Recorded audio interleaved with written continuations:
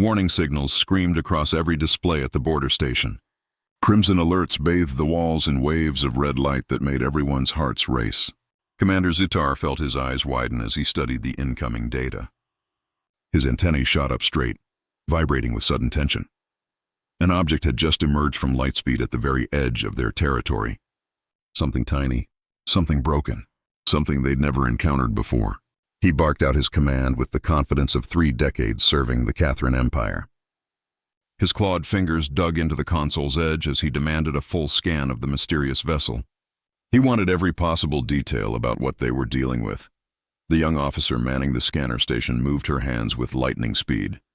Her 2 main hands danced across the glowing controls, while her smaller pair pulled up reference files. Confusion spread across her face, quickly replaced by worry. She reported that the design matched nothing in their records. They'd compared it against ship blueprints from 200 different species. There was no match at all. The craft was bleeding air from several locations. At least 4 sections had been torn open. Its life support was dying. Power levels jumped up and down erratically. The people aboard were dying out there in the cold of space. Zaktar leaned forward. His tall body cast a long shadow over everyone working on the bridge. For 3,000 years, the Catherine Empire had met every important species in this region of space. They'd recorded every ship type, every piece of technology, every method of traveling faster than light. They controlled 200 different alien races spread across thousands of star systems. Their database of ship designs was the most complete anywhere. Their spy network was famous throughout known space. So how could this ship be completely unknown? How could something enter Imperial territory without them knowing about it? After thinking for a moment, he gave the order to send patrol ships. They should capture the vessel whole if they could manage it, use tractor beams to grab it gently. He wanted that ship and everyone inside it brought to Processing Station 7. And he wanted to know exactly who they were and where they'd traveled from. His orders went out immediately. 3 Catherine patrol vessels separated from the border station. They were beautiful ships with the elegant style of all Imperial designs. Rotating turrets held powerful plasma weapons. Energy shields could absorb tremendous hits. Their lightspeed drives could cross entire sectors in just hours. These represented the peak of military technology developed over thousands of years. The unknown ship didn't fight back. It couldn't. The vessel drifted through space like a wounded creature, taking its last breaths. Its engines were completely cold. Its weapons were offline and dead. When the patrol ships surrounded it with invisible tractor beams locking it firmly in place, there was no resistance at all. No attempt to break free. Just empty silence. Zaktar watched through camera feeds as his crews moved closer to the alien craft. The ship looked strange and unfamiliar. Not elegant with flowing curves like Catherine designs that resembled artwork. Not organic like the Valara who grew their ships from living crystal. Not geometric like the Mectis built their cube-shaped vessels. Just practical metal and composite materials welded together in patterns that seemed almost crude. Hull plating bolted on in multiple layers. External pipes and channels running along the outside surface. It looked like something assembled hastily or built by people who valued usefulness over beauty. But it had crossed between the stars. That proved whoever built it had achieved lightspeed travel. That meant intelligence. That meant technology. That meant civilization. The boarding team had to cut through the airlock. The ship's systems were too damaged to respond to normal docking requests. Inside, emergency lights flickered weakly in dark corridors. The air was thin and freezing cold. Water vapor formed misty clouds from the boarding team's breath, even through their protective suits. They found 47 survivors. These people were in terrible condition. They were starved almost to death, so thin their bones showed through their skin. Dehydrated with cracked lips and sunken eyes. Some had injuries that had healed badly over time, leaving ugly scars and crooked bones. Burns had left permanent marks. Broken bones had set wrong. The ship's medical bay was nearly stripped of supplies. Food storage was exhausted down to the last emergency rations. The life support system was held together with makeshift repairs using materials never intended for that purpose. It was amazing they were alive at all. The survivors walked on 2 legs, which was common enough among species that traveled space. 2 arms, which was standard. 2 legs for walking. 1 head containing their main senses. They stood about average height compared to most species. Perhaps slightly shorter than Catherine's, but taller than Mectis. Their skin came in different shades of brown and pink and everything between. Hair on their heads in various colors, from black to brown to yellow to red, even some silver gray. They wore simple clothing, torn and filthy from their ordeal, patched many times with whatever materials they could find. They called themselves humans. The word meant nothing in any imperial language. It was simply what they were, what they called themselves. The Catherine Empire brought them to Processing Station 7. This was normal procedure for unknown species making first contact. Dr. Velmuth examined the humans with great professional curiosity. She had studied alien biology for decades, earning multiple advanced degrees. She'd examined hundreds of different species. These creatures fascinated her in ways she hadn't expected. Their biology showed remarkable features. She told her assistant that their muscle density was impressive as she reviewed the deep tissue scans. She pointed out their bone structures. Heavy and dense, rich with calcium, built to handle significant gravity. They probably evolved on a high-gravity world, and their heart and blood system had two separate circuits, one for the lungs and one for the body. Highly redundant organ placement. If one kidney failed, the other continued working at nearly full capacity. 2 lungs. Even their brain had backup systems built in. They could survive injuries that would kill most species. Her assistant asked if they were dangerous.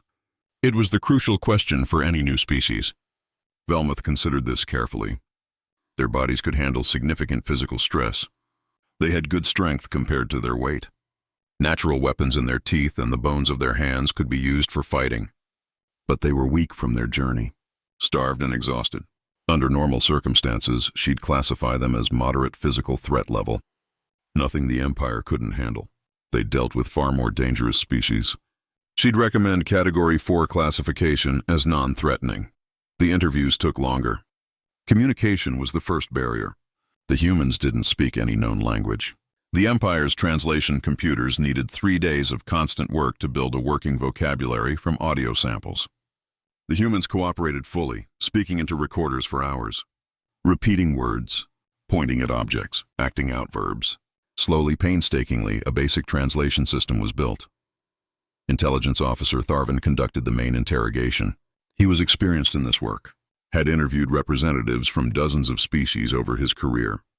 He knew how to read body language even across different evolutionary backgrounds, knew how to spot lies and inconsistencies, knew how to extract information while making subjects feel comfortable.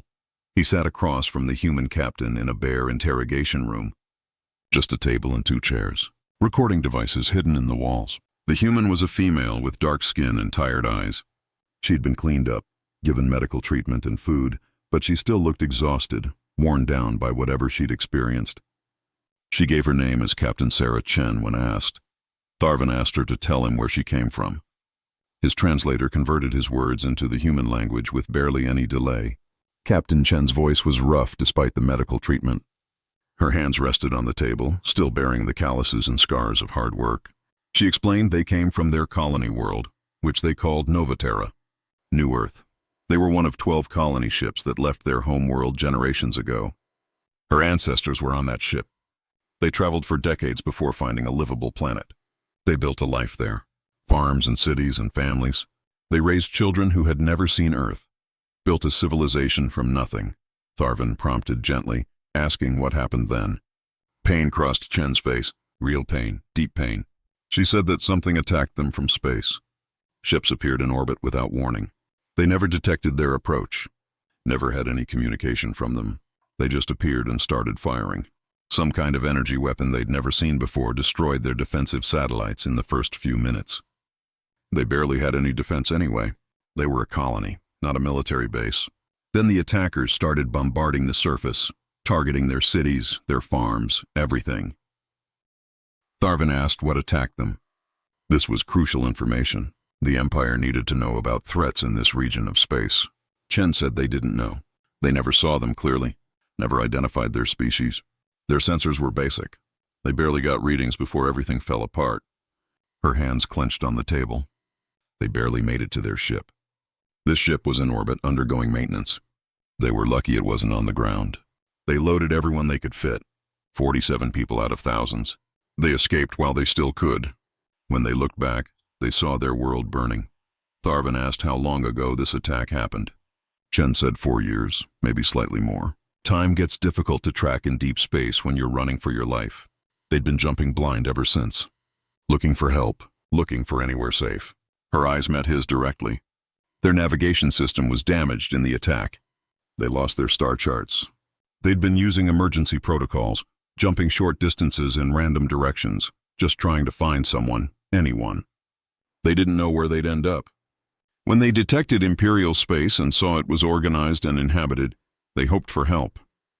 Tharvin asked where this Earth was, their original home world. This was standard procedure. Locate the species' home system to understand their territory and potential threat level.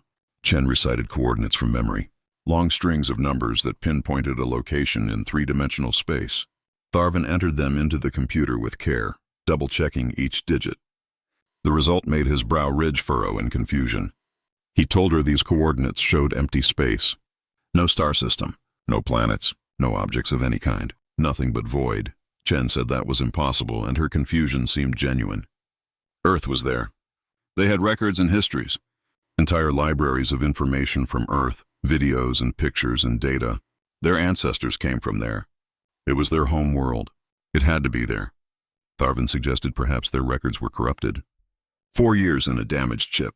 Data degradation was common, or perhaps their ancestors gave them false information for some reason. It happened. Cultures sometimes created myths about their origins. Chen shook her head firmly. Their data was backed up across multiple systems. Redundant storage, and it all matched. Earth existed or had existed. Maybe something happened to it. Maybe it was destroyed. Tharvin made more notes. This was interesting but not alarming. Lost colonies with corrupted data were not uncommon in the galaxy. Space was vast. Records got lost. Histories got confused. The interrogations continued for 2 weeks. Every human was interviewed. Every human told a similar story. Their colony destroyed by unknown attackers, running for years through deep space, lost and desperate, searching for safety. The coordinates they provided for their various home worlds and colonies never matched real systems. Either they were lying, which seemed unlikely given their condition, or their data was completely wrong, or they came from regions of space the Empire hadn't fully surveyed yet. The Empire's analysts gathered to debate the situation. Dozens of experts from different fields, military strategists, diplomatic specialists, biologists who studied aliens, cultural experts, everyone had opinions. One analyst suggested they could be refugees from some unknown conflict in an unsurveyed region. Another argued they might be scouts for an invasion force. A third pointed out their technology was barely functional. Fusion drives, which the Empire abandoned centuries ago. Chemical rockets for steering. No energy shields.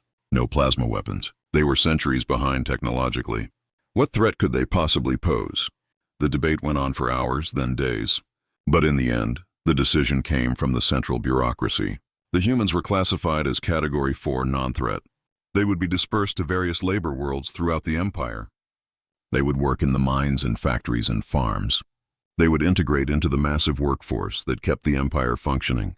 Just another small thread in the enormous fabric of 200 species working together under Imperial rule.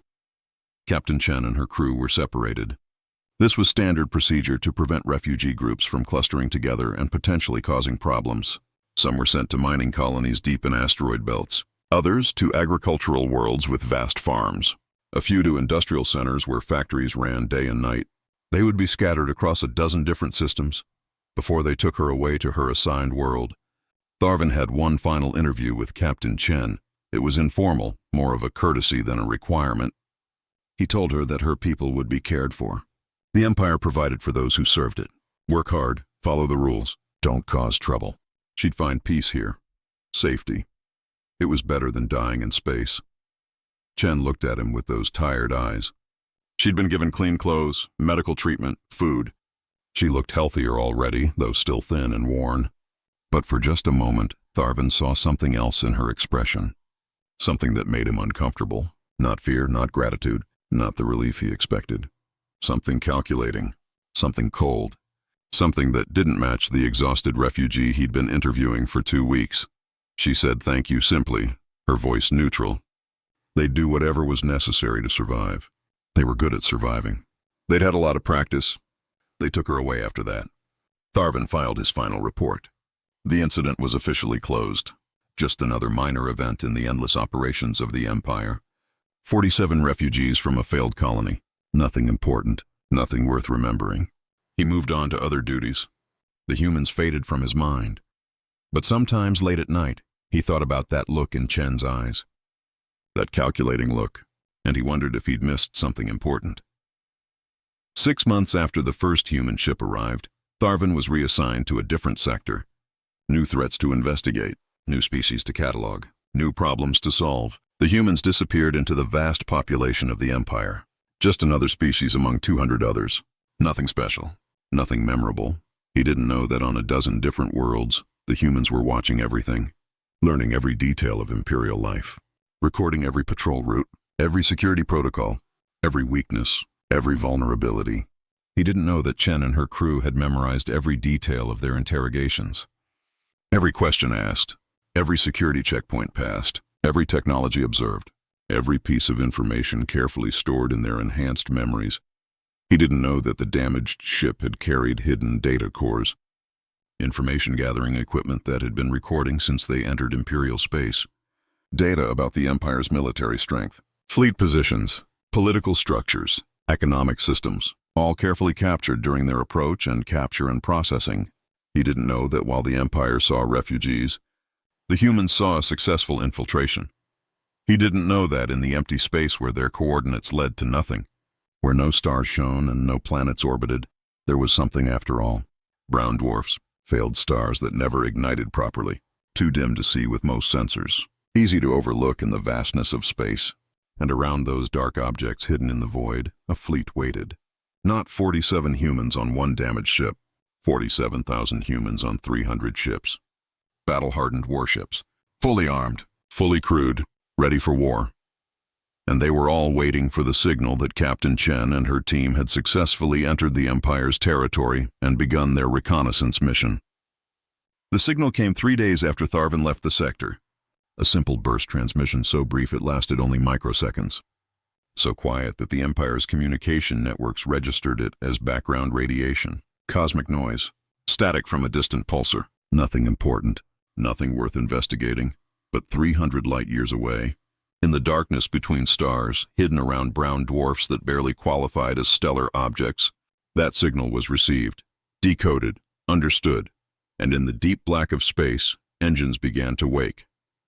Power systems came online, weapons were charged, ships that had been waiting for 2 years started to move. The humans had been running for 4 years. That much of their story was true, but they hadn't been running from anything. They had been running toward something. Toward the Empire that had destroyed their homeworld 400 years ago. The Empire that had never even recorded the incident properly. Just another minor colony clearance operation. Preparing space for Catherine expansion. Nothing important. Certainly nothing worth detailed documentation. The humans remembered. Humanity always remembered. And now, after 4 centuries of preparation, after generations of living in the dark spaces between stars, after building a civilization on frozen rocks orbiting failed stars, after turning their grief into patience and their rage into meticulous planning, the humans were ready. Captain Chen looked up at the twin suns of her new assigned world. She smiled. Not the tired smile of a refugee grateful for charity, but the cold smile of a soldier who had just completed the first phase of a complex mission. She'd played her role perfectly. They all had. Phase 1 complete. Get inside the Empire's borders. Establish presence. Gain access to their systems. Phase 2 already in progress. Learn everything about them. Every weakness, every routine, every vulnerability. Phase 3 would come soon enough, and the Empire would never know what hit them. Around her, 46 other humans went about their daily work.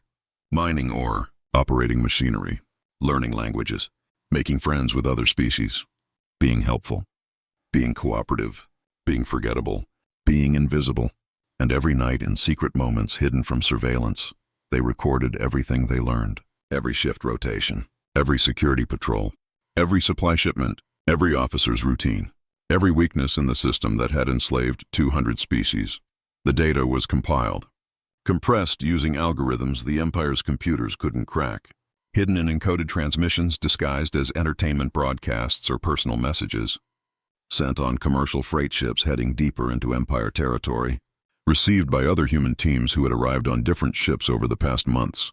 6 more ships had arrived according to plan, each one carefully damaged, each one carrying refugees with the same desperate story, each one accepted and processed and dispersed throughout the Empire. The intelligence network grew like invisible roots through Imperial space. The Empire never noticed. They were too busy ruling 200 species across thousands of worlds. Too confident in their power. Too certain that no primitive species could threaten them. Too arrogant to imagine that the refugees they'd accepted so generously were actually advanced scouts for an invasion. They had forgotten that the most dangerous enemy isn't the one you can see coming from far away. It's the one you underestimate, the one you dismiss, the one you let inside your walls because you're certain they're harmless. And the Catherine Empire, in all its 3,000-year-old wisdom and power and glory, had just made the worst mistake in its long history. They had underestimated humanity, and humanity was about to teach them why that was fatal.